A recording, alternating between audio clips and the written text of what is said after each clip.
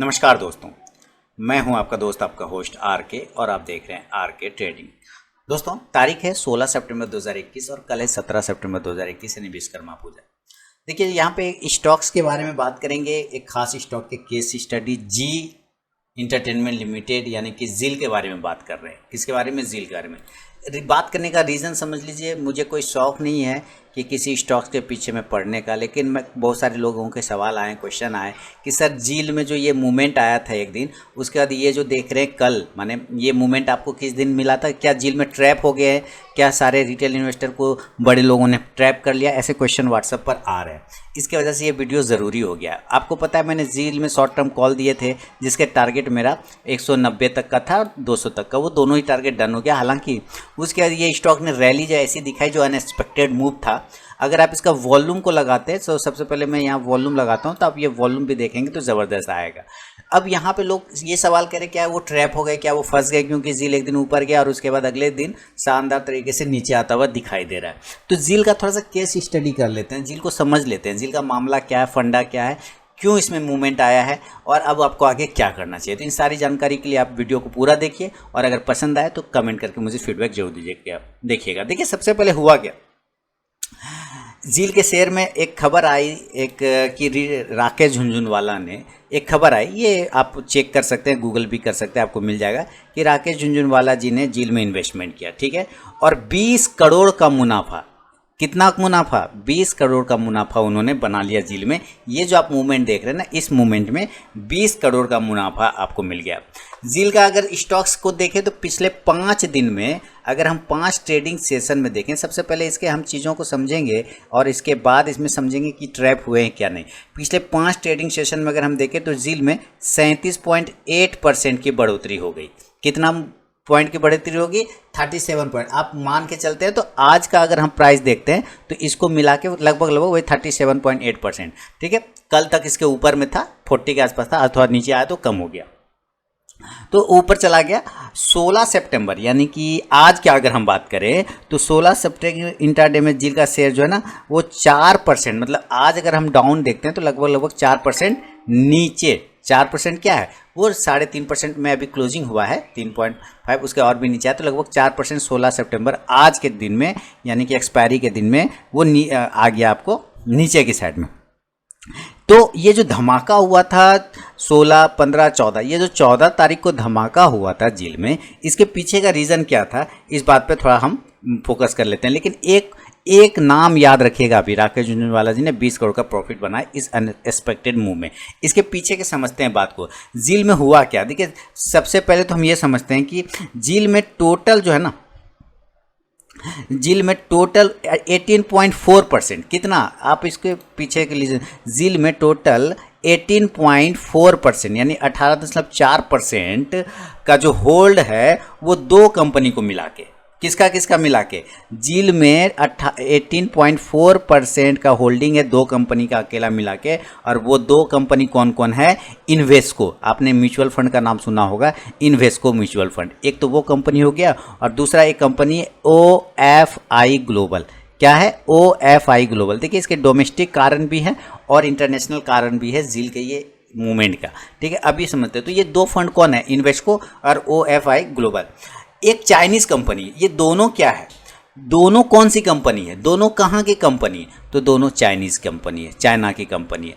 China की company ने इसमें पैसा लगाया हुआ है जील में, और उस कितने % हिस्सेदारी है? तो 18% की हिस्सेदारी, 18.5% आप मान के चलिए, 18.5% का।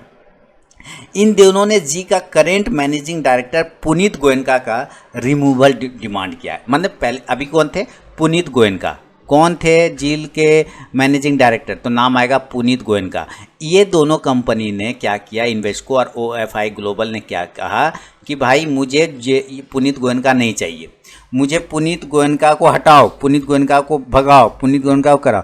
कारण क्यों, इसको पहले समझ लेते हैं। आखिर पुनीत गोयनका जी ऐसा क्या कर रहे थे जो उसको हटाने के पीछे लोग पड़ गए?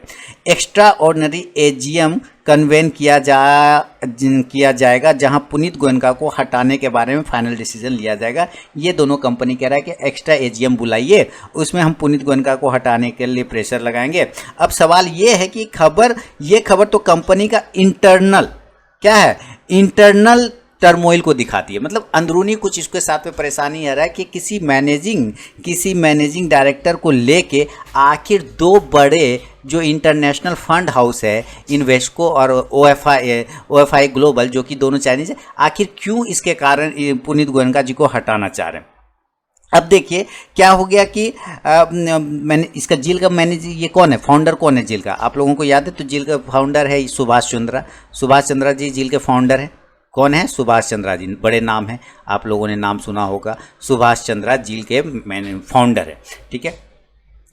और पुनीत गोयनका कौन है? तो पुनीत गोयनका सुभाष चंद्रा के बेटे हैं। कल मैंने टेलीग्राम चैनल पे भी डाल दिया था कि यानी कि सुभाष चंद्रा के बेटे, उनके खिलाफ मोर्चा निकाल दिया है। कौन निकाला है? तो इन्वेस्को और ओएफआई ग्लोबल ने निकाल दिया है कि हमको ये आदमी नहीं चाहिए।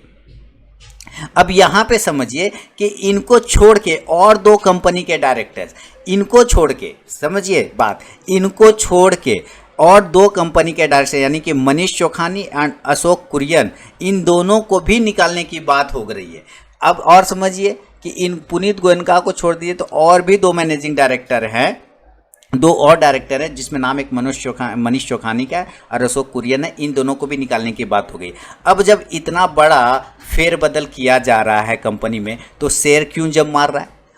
समझ रहे बात? जब फेरबदल कंपनी में इतना अंदरूनी मामला चल रहा है तो आखिर ये जंप कौन बात का, आखिर ये उछाल किस बात का? सवाल तो यहाँ है, किस बात के लिए ये उछाल आया जबकि इतना अंदरूनी कुछ प्रॉब्लम दिखा रहा है कि कंपनी में। तो इसमें पॉलिटिकल केस क्या है, इसमें कुछ पॉलिटिकल इशू भी जुड़ा हुआ है, कुछ पॉलिटिकल बातें भी आपको समझनी पड़ेगी। पॉलिटिकल क्या है? अब तक जी लिमिटेड जो है कंपनी, इंडिया का प्रेजेंट गवर्नमेंट, आप ध्यान से देखते होंगे जी न्यूज़, अगर आपने जी न्यूज़ को कभी ध्यान से देखा है तो ज़रूर देखते होंगे ही।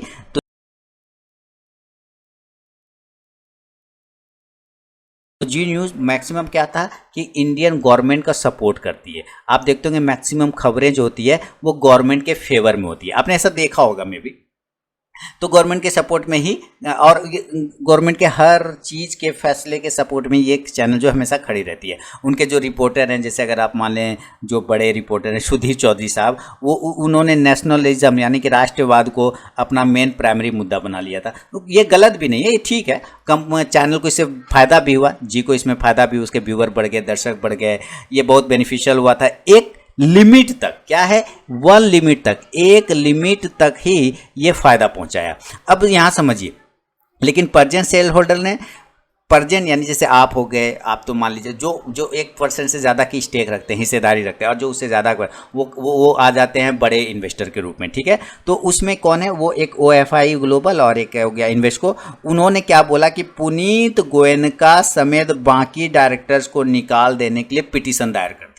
पुनीत गोयनका समेत जो बाकी मनीष चौखानी और वो अशोक कुरियन है ना, उन दोनों को भी निकालने के लिए क्या किया? पिटीशन दायर कर दिया। इसके पीछे पॉलिटिकल इशू भी है, आपको मैं समझाने की बात करें तो एक बात साफ हो गई कि मामला क्या है? एजेंडे का है। किसका एजेंडे का है? कि पूरा का पूरा मामला बदलाव होने का है, सिस्टम को बदलने की कोशिश हो रही है। किसका सिस्टम? देश का सिस्टम नहीं, बल्कि जी के अंदरूनी सिस्टम को बदलने का कोशिश किया जा रहा है। तो क्या चेंज होने वाला है इसमें? अभी जितना देख के लग रहा है कि एक ओल्ड गार्ड से चेंज होकर नया मैनेजमेंट टीम आ जाएगा, एक ओल्ड गार्ड से चेंज होकर नया मैनेजमेंट टीम आएगा, नया बोर्ड ऑफ डायरेक्टर्स नया एजेंडा सेट करेंगे और इस एजेंडे का मेन थीम होगा corporate government, corporate governance, corporate, ध्यान से सुनिए, कॉरपोरेट। अभी तो सिर्फ हम नेशनल राष्ट्रवाद पे चल रहे थे, अब हम आ रहे हैं कॉरपोरेट गवर्नमेंट। ये कह रहा है कि ये दोनों कंपनी कि आप राष्ट्रवाद को छोड़ के कॉरपोरेट चीज़ पे ज़्यादा ध्यान दो भाई, उस पर आपको कंपनी को फोकस करना होगा। इन्वेस्को ने जब जी में एक बड़ा स्टेक खरीदा, किसने? इन्वेस्को म्यूचुअल फंड ने, इन्वेस्को ने जब एक बड़ा हिस्सा स्टेक खरीद लिया, किसमें? जील में, तो क्या हुआ? उसने बोल दिया कि भाई, इन्वेस्को वाले ने बोला कि क्या बोल रहा था, तो 2009 में उसी टाइम पर, ध्यान सुनिए, कब खरीदा था? 2009 में।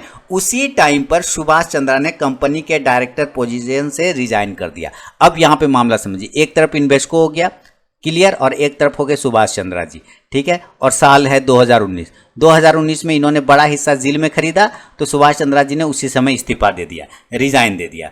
खत्म हो गया वहाँ से। उनके रिजिग्नेशन के पीछे प्राइमरी रीज़न क्या बोला गया था कि शेयर होल्डिंग का परसेंटेज में चेंज होना है, इसलिए उसको रिजाइन करना पड़ा। पुनीत गोयल का अकेले फाउंडर मेंबर के फैमिली से ऐसे मेंबर थे जिनको बोर्ड में सीट दिया गया था, यानी जब कोई कंपनी बनती तो उसके बहुत सारे फाउंडर मेंबर होते हैं, उसमें अब कौन बच गए? सुभाष चंद्र जी हट गए तो उसमें कौन बच गए? सिर्फ पुनीत गोयनका जी बच गए। तो अकेला वही तो जो फाउंडर में से एक शामिल थे जो बोर्ड में जगह दिए, अब उनको भी हटाया जा रहा है, उनको भी हटाने का बात कर रहा है। कौन बात कर रहा है? एक चाइनीज नहीं बल्कि 2 चाइनीज कंपनी, इन्वेस्को और OFI ग्लोबल।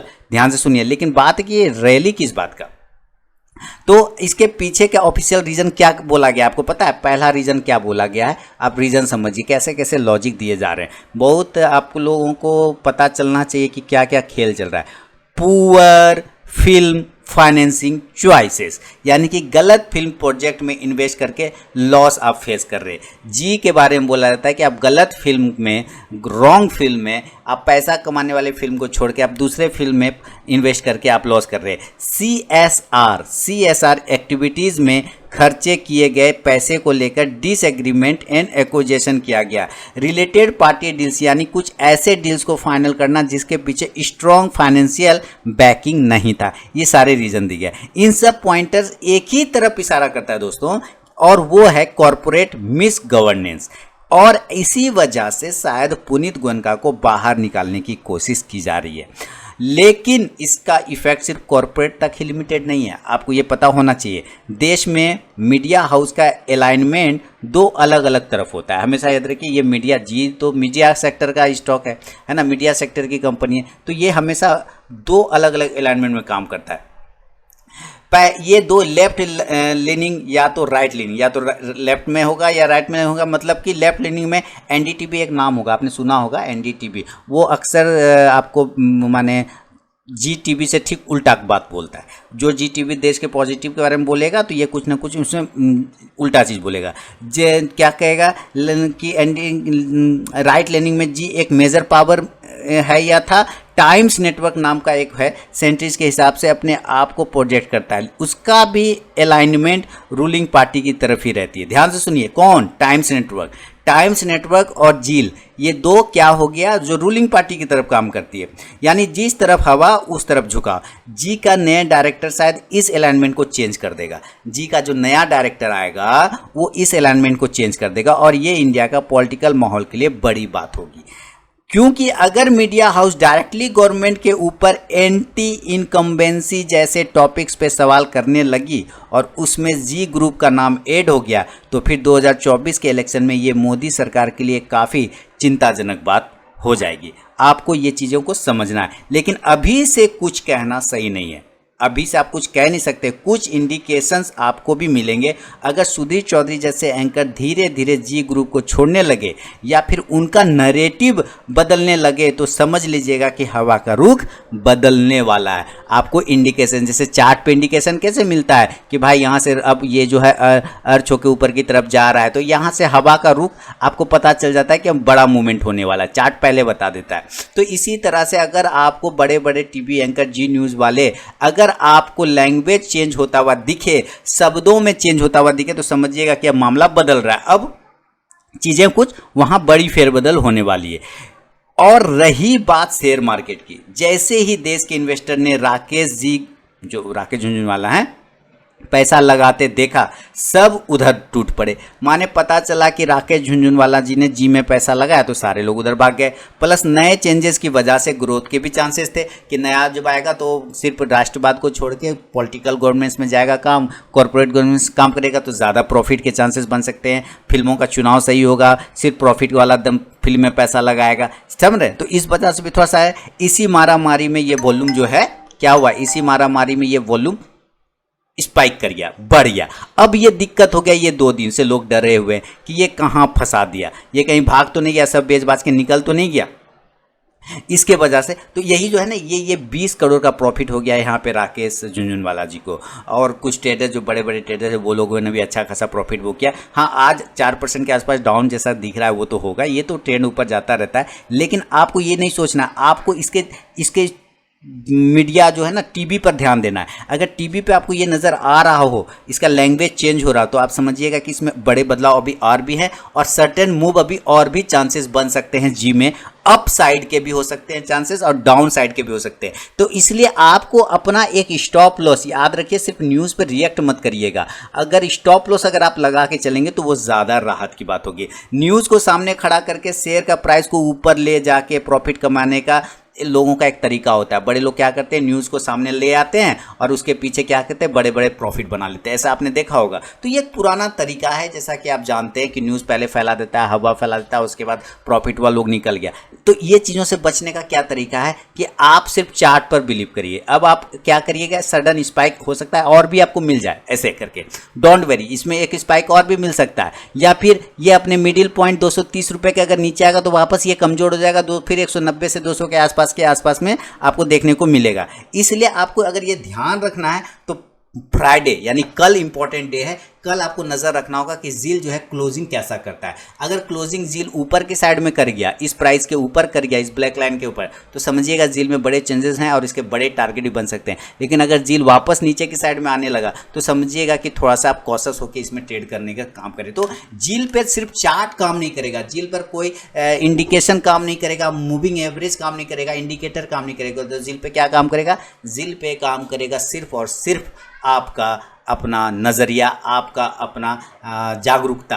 तो जील के टीवी को देखिए, जी के टीवी को देखिए, न्यूज़ को देखिए वहाँ पे कुछ चेंजेस हो रहे हैं क्या, कुछ एंकर बदल रहे हैं क्या, कुछ न्यूज़ का लैंग्वेज बदल रहा है क्या, तो आपको इससे उसके मेजर चेंजेस के बारे में पता चल जाएगा। तो नज़र बना के रखिएगा। मेरे ख्याल से ये न्यूज़ आपको जानबूझ के सुनाया गया, और ये दो जो चाइनीज़ इन्वेस्टर हैं, इन्वेस्को और OFI ग्लोबल, इन लोगों का इसके पीछे बहुत बड़ा हाथ है। तो इस दो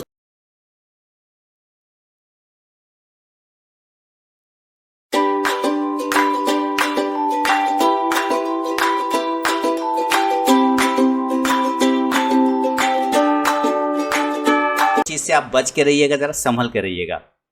तो ये एक छोटा सा इंफॉर्मेशन वीडियो था कि ट्रैप हुए कि नहीं हुए। तो दोस्तों अभी फ्राइडे तक का वेट करिए। 270 के ऊपर अगर ये क्लोजिंग करना स्टार्ट कर देगा तो समझिएगा इसके मूवमेंट ऊपर की साइड के बन सकते हैं, और अगर ये नीचे की तरफ में मार दिया तो ये समझिएगा कि वापस ये 200 के लेवल पे आपको मिलने वाला है। तो ये कुछ चांसेस आपको बन सकते हैं जील में। ये सारा व्यू है मेरा। तो उम्मीद है कुछ क्वेरी आप लोगों के दिमाग के सॉल्व हो गए होंगे। नज़र रखिएगा जी के टीवी पर, जी न्यूज़ पर, और वहाँ पे आपको इसके बारे में और भी जानकारी मिल सकती है जब आप अगर उसको ऑब्जर्व करेंगे तो इसी के बाद जो है एक और वीडियो अभी आपके पास आने वाला है, जैसे कि आप जानते होंगे ITC में सडन मूव आ गया। 215 रुपये के मेरे कॉल थे, उसके बाद मूवमेंट उसमें देखने को मिल गया ITC में। तो ITC में ऐसा क्या हो गया, तो ITC में देखिए दोस्तों, ITC का वैल्यू ही ज़बरदस्त है। मैं आपको बता दूं ITC का वैल्यू जो बाज़ार ने उसको अभी तक दिया है, ITC का वैल्यू, मैं ITC के चार्ट लगाता हूं यहाँ पे, ये वो बाज़ार ने अभी तक ITC को वो वैल्यू दिया नहीं जिसका वो डिज़र्व करता है।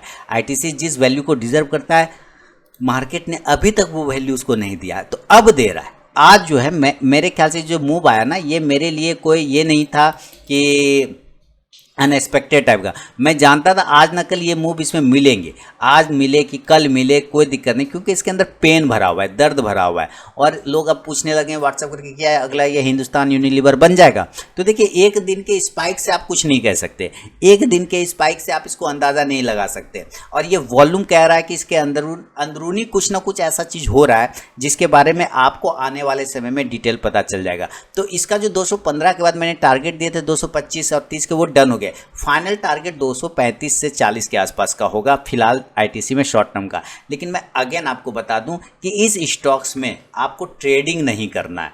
अब आप कहेंगे कि ये फिर पागल हो गया। हाँ बिल्कुल पागल जैसा ही बात करूंगा मैं भी। इस स्टॉक में आपको ट्रेडिंग नहीं करना है, याद रखिए। किस में? ITC में, ठीक है। ITC में ट्रेडिंग नहीं करना है, ITC में आपको इन्वेस्टमेंट करना है। क्या करना है? इन्वेस्टमेंट करना है, फिक्स डिपॉजिट के तरह रखना है, ये समझिए। और एगो जो स्टॉक जील बताया, जील में थोड़ा कॉशस होकर ट्रेड करना है, कॉशस होकर ट्रेड करना। देखिए अगर आईटीसी अभी यहाँ 5% गिर भी जाएगा ना, मुझे कोई दिक्कत नहीं, मैं तब भी लोगों को बोलूँगा कि पैसा लगाइए, आप पैसा लगाइए आईटीसी में, पैसा लगाइए, मैं तब भी बोलूँगा। लेकिन अगर जील अगर गिर गया ना 5%, तो मैंने तो पहले भी जील में नहीं बोलता हूँ, कभी देखा है किसी पोर्टफोलियो में मैं जील का नाम देता हूँ? किसी स्टॉक्स में, किसी पोर्टफोलियो में, आपने लॉन्ग टर्म पोर्टफोलियो में जील का स्टॉक्स के बारे में मेरा नहीं देखा होगा। इंट्राडे में ट्रेड करिए, मजा लीजिए, घर जाइए, दुकान बंद करिए, घर जाइए, इंट्राडे का मजा लीजिए, लेकिन इन्वेस्टमेंट पर्पज से जील एक सही स्टॉक्स में नहीं मान के चलता हूँ। उसमें न्यूज़ काम करता है, इसमें न्यूज़ काम नहीं करेगा, आईटीसी में न्यूज़ काम नहीं करेगा। देखिए याद रखिए, आईटीसी के बारे में मैं फिर वही बात बोलूँगा, जिस वैल्यू जो का होना चाहिए मार्केट ने वो वैल्यू इसको दिया नहीं।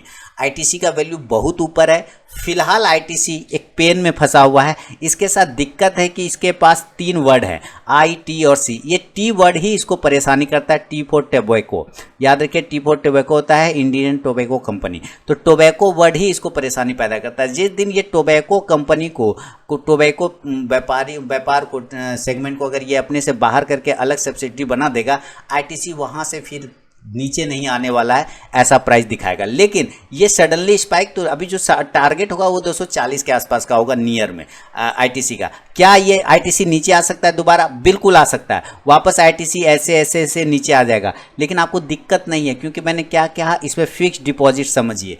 आप आईटीसी को एक फिक्स डिपॉजिट लेके चल सकते हैं, समझ सकते हैं, लंबा समय के लिए।